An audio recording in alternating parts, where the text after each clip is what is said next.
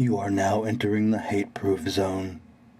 Hello everybody out there in YouTube Radio Land. It's Crazy Chris Tankersley coming at you by the light of the silvery moon. You know, I struggled with trying to come up with a title for this audio blog, show thing, whatever you want to call it.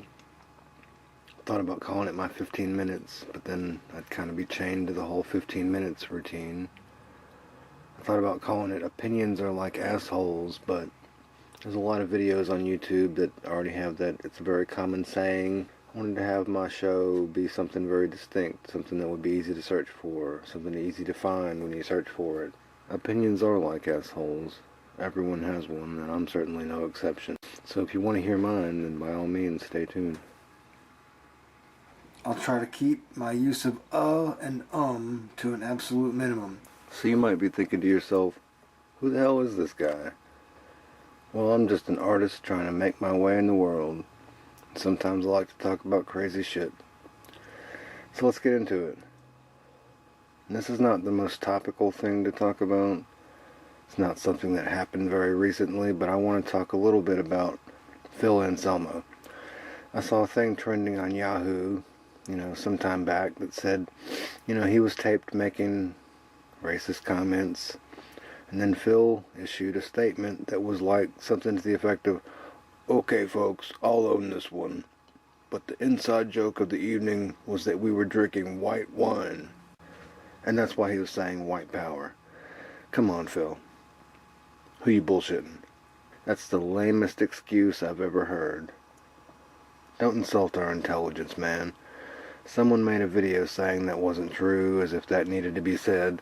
One of the dudes from another band that played that night at Dime Bash said there wasn't a Merlot, not a Zinfandel or a Chardonnay in sight. What? I doubt anyone actually swallowed the whole white wine bullshit, but even if that were remotely believable, it still doesn't account for the Sig Heil Hitler gesture he did more than once. And then to say, okay, I'll own this one. You didn't own it at all. You tried to cover your ass in the most piss-poor way imaginable by blowing poorly conceived smoke up our collective asses. Owning it would have been saying, yeah, I did that shit, so what? White power! Moving on to movie topics. There has been talk for some time about a remake of my favorite movie, The Crow. And I think generally people regard that as a bad idea.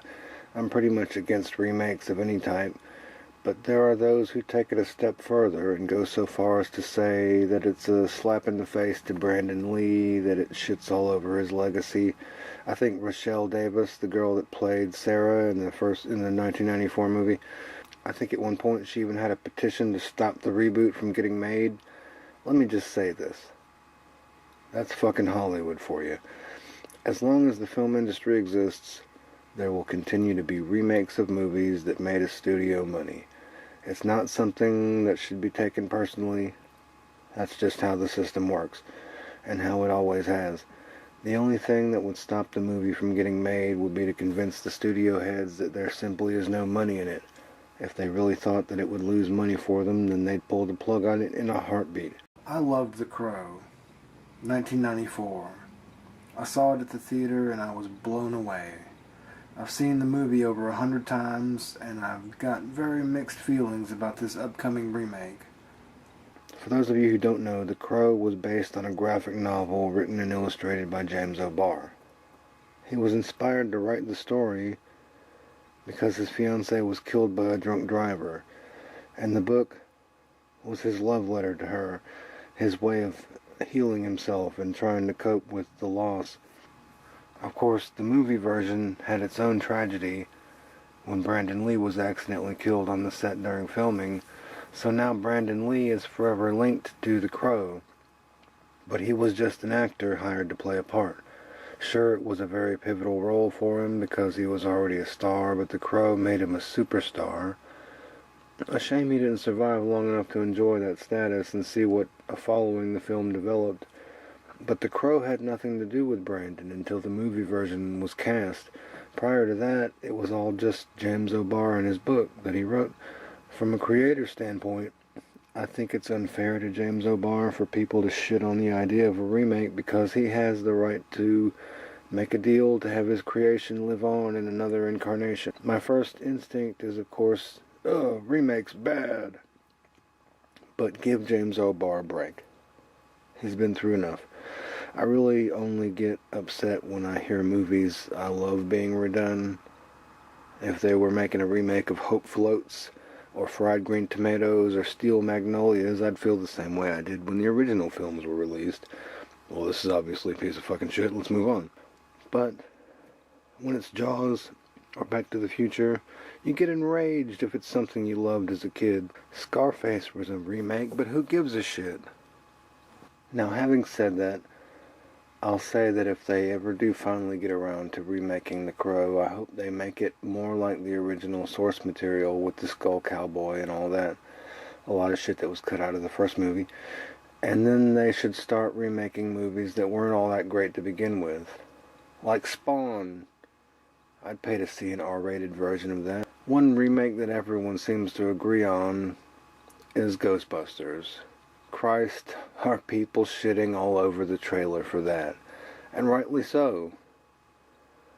I knew it was a bad idea long before the trailer came out. When it was first announced, I was like, oh shit, here we go. First of all, it has nothing to do with the all-female lead cast. It's just bad. And it doesn't pay sufficient respect to the original films, in my humble opinion. I mean, there are the obvious nods to the other movies, but this takes place in a universe where the other Ghostbusters never existed. I've heard that the surviving original cast have cameo appearances in the movie, but as different characters. Everything about the movie just looks like a bad parody, from the effects to the new proton packs to the lame-ass jokes. It's not hard to see why people are hating on it. Tread carefully when you remake movies that are near perfect. In fact, the only improvement the original Ghostbusters could have made probably would to have been a montage of the stuff being built. I mean, come on. An 80s movie without a montage? Even Rocky had a montage. I mean, they showed Rise to Success where they were appearing on talk shows and magazine covers, running around catching ghosts, but what about the packs and all the equipment? I understand why they wanted to save it all for the big reveal at the Sedgwick Hotel, but they could have given us a little taste. We got to see the car before it was modified, but who built all that shit? We can assume that Egon did, since he was the most sciencey of the group, but it would have taken a long time to build all that shit. It's a lot of work for just one guy. Was there some help from Ray and minimal assistance from Peter? You got the packs, the car, the firehouse rental, the ghost trap, goggles, uniforms, containment unit. Did they hire independent contractors? Think about the cost of all that shit. They paid for all that with the money from Ray's house? That must have been some fucking house. Which brings me to not a remake, but a sequel to a movie that was made many years ago. First, let me say that I understand the motivation for another Terminator movie. I even understand why Twins 2 could be a possibility.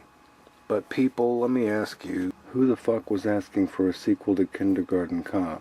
Not even that, but who the fuck was saying, we need a sequel to Kindergarten Cop, and we need it without Schwarzenegger? Damn it. Not anyone, that's who. I could see why Arnold might want to go back and make another Twins or whatever while he's still in control of his faculties. But why on earth is there a Kindergarten Cop 2 with Dolph Lundgren? I think there was more of a demand for Weekend at Bernie's 3. That shit never became a reality.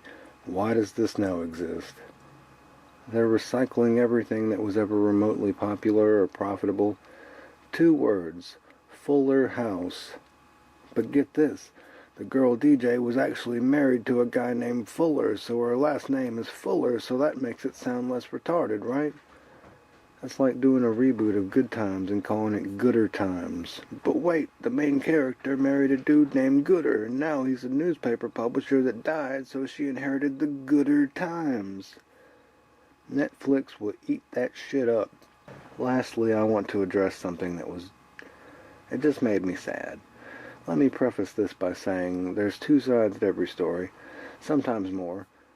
I don't believe everything I read online, but a while back I saw that several sources were reporting that Brian Johnson of AC/DC had been kicked to the curb by the band. From what I read, there was not yet an official comment from the band, and maybe that's changed by now, but the way I understood it was that Brian had been told that he was experiencing some hearing loss, so he called the band to tell them what was going on and to discuss what they should do about it. It may not have been as bad as it was originally thought, but instead of trying to discuss it with him, they just shipped his belongings back to him at his home, and a couple days later they're talking about using guest singers on tour. See ya, wouldn't want to be ya.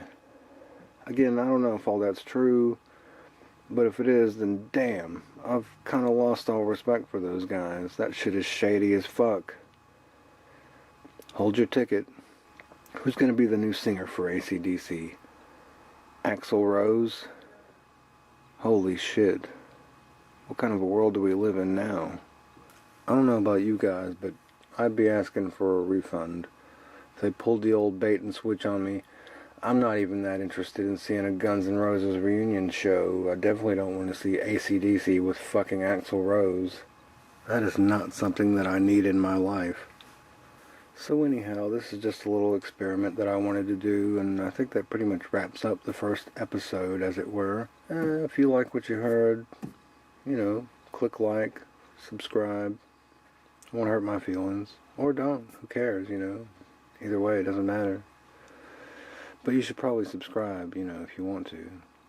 So thanks for listening, and I'll leave you all with a quote from one of my favorite musicians, Mr. Weird Al Yankovic. Keep your head in the clouds, keep your feet on the ground, and keep a big bowl of strawberry jello under your pillow just in case you get hungry in the middle of the night. This has been the Hate Proof program. Thanks for listening. And do not smoke crack.